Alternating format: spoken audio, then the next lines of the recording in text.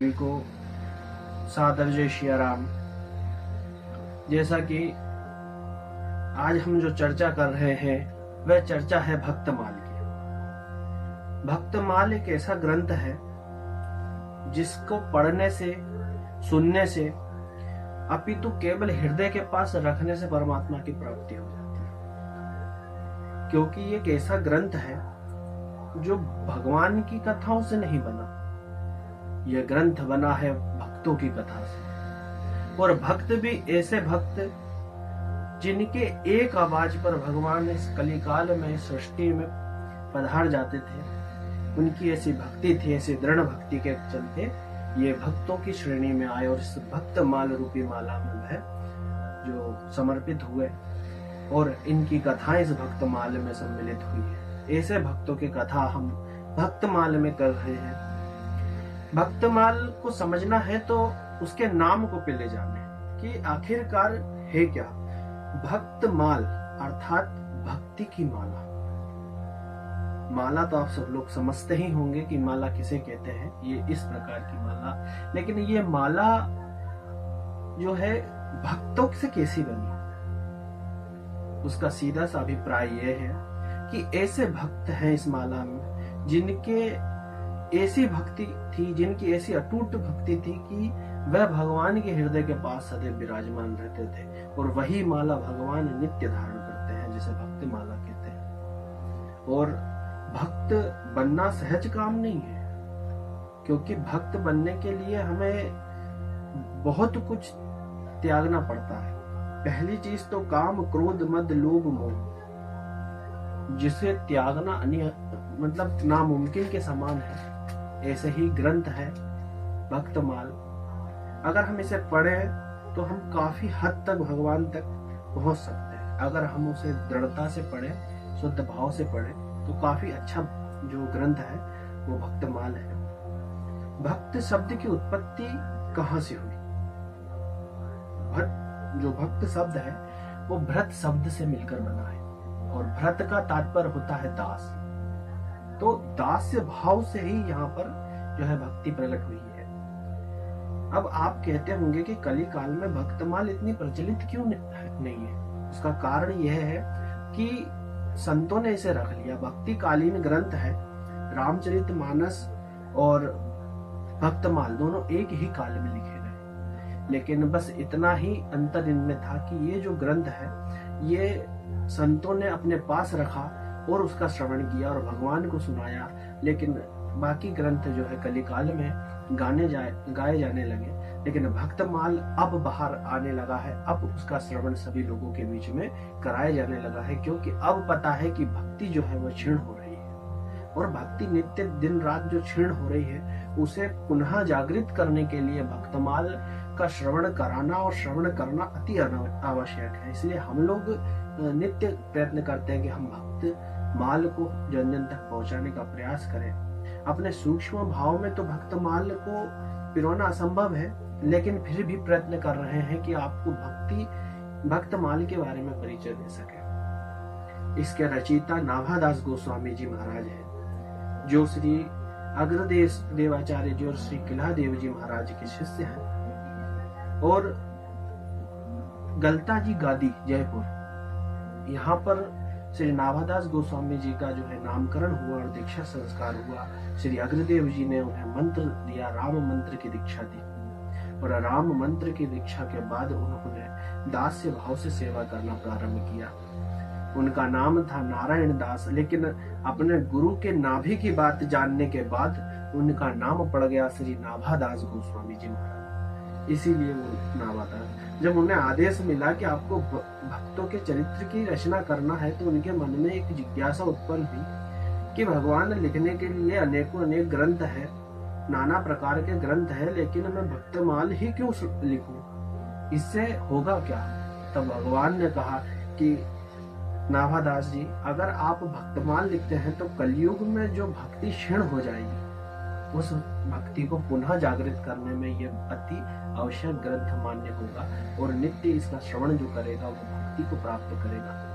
क्योंकि अनेक कथाएं भगवान की है, लेकिन भगवान की कथा भगवान से नहीं मिला सकती। वो भगवान का परिचय दे सकती है, भगवान के का स्वरूप बता सकती है। लेकिन भगवान से मिलाने के लिए भक्तों का चरित्र जानना आवश्यक है, क्योंकि वही हमें मार्गदर्शन प्रदान करेगा, वही हमें प्रेरणा प्रदान करेगा और हम उसको धारण करके ही भगवान तक पहुंच सकते हैं। छत है, लेकिन छत तक पहुंचने के लिए सीढ़ी का उपयोग अति आवश्यक है, और सीढ़ी पे चढ़ने के लिए कई सीढ़ियां आएंगी। एक सीढ़ी को एक सीढ़ी की उपाधि नहीं दी जाती, उसमें कई चरण है।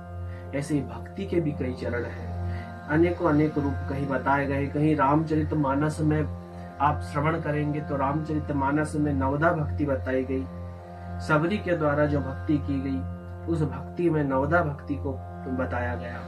वहीं शिव जी के द्वारा भी भक्ति पर कुछ उपदेश दिए गए। भक्ति मार्ग में हनुमान जी ने भी अपने कुछ विचार कहे हैं, और भक्ति मार्ग में ही अनेकों अनेक संतों ने भी अपने विचार रखे हैं।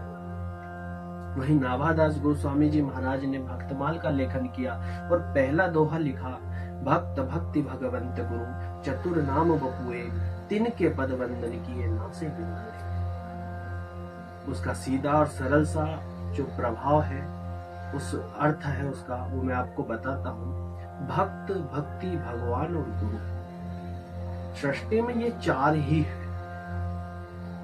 भक्त भक्ति भगवान और गुरु।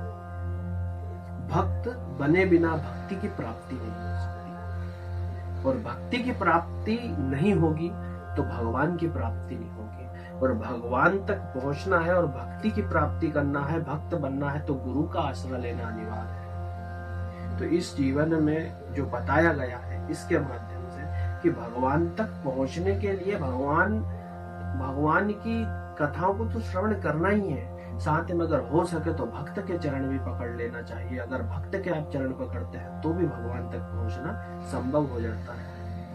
भक्तमाला में एक जगह एक दोहा जो है वो नाभादास जी ने ये भी लिखा है कि सब संतन मिल निर्णय कियो मति श्रुति पुराण इतिहास भजवे को दो ईसुगर कै हरि के हरिदास। अर्थात एक बार नैमिषारण्य तीर्थ में 88,000 सोनकादिक ऋषिगणों ने एक प्रश्न रखा कि सृष्टि में बड़ा कौन है।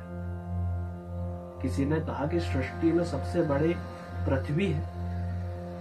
लोगों ने कहा कैसे, तो कहा कि ये पृथ्वी में हम लोग विराजमान है, इतने लाखों संख्या में लोग हैं, करोड़ों अरबों संख्या में जनमानस है, और साथ ही में कई देश भी है, तो ये सृष्टि बड़ी है। कई जीवों को इन्होंने जो है शरण दे रखी है। फिर किसी संत ने खड़ा होकर कहा कि अगर सृष्टि बड़ी है तो फिर बताइए कि समुद्र में सृष्टि डूबी कैसे।